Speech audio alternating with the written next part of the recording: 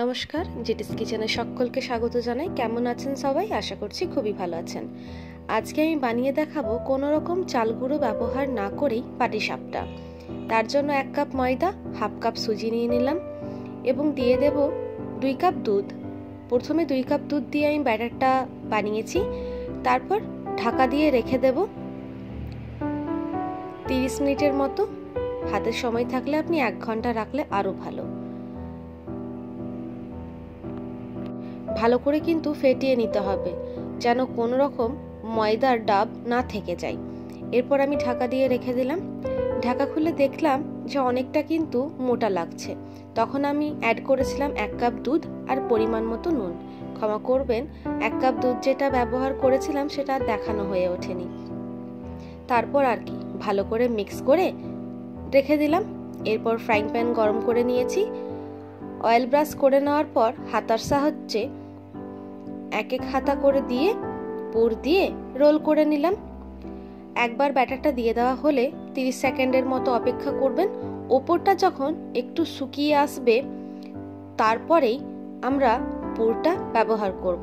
আর হ্যাঁ, নারকেল পুরের রেসিপিটা কিন্তু আগের থেকেই আমার চ্যানেলে দেওয়া আছে, তাই অনুরোধ থাকবে একবার দেখে নেওয়ার। আমার এই ছোট্ট চ্যানেলে যারা নতুন, চ্যানেলটিকে সাবস্ক্রাইব করে পাশে থাকা বেল আইকনটি ক্লিক করে অল নোটিফিকেশনটিকে অন করে দেবেন। তাহলে দেখবেন যে কোনো রেসিপি দেওয়ার সাথে সাথে আপনার কাছে নোটিফিকেশন পৌঁছে যাবে। আমি এর আগেরটাই হাতের সাহায্যে পুরটা দিয়েছিলাম, এইবার কিন্তু চামচের সাহায্যে দিয়েও আপনাদেরকে দেখালাম।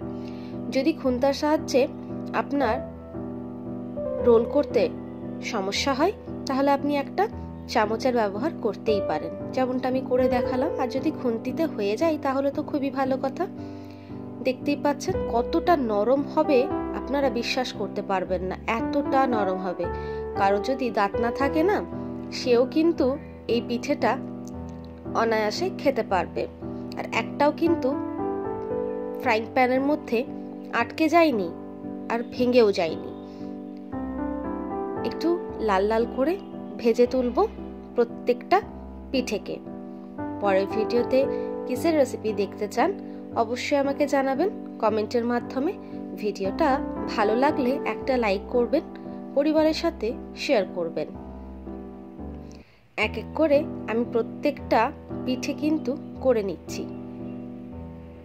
একটু পাতলা ব্যাটারটা হলে কি হবে, দাঁতে লাগবে না। মোটা হলে দাঁতে লেগে যায় তো।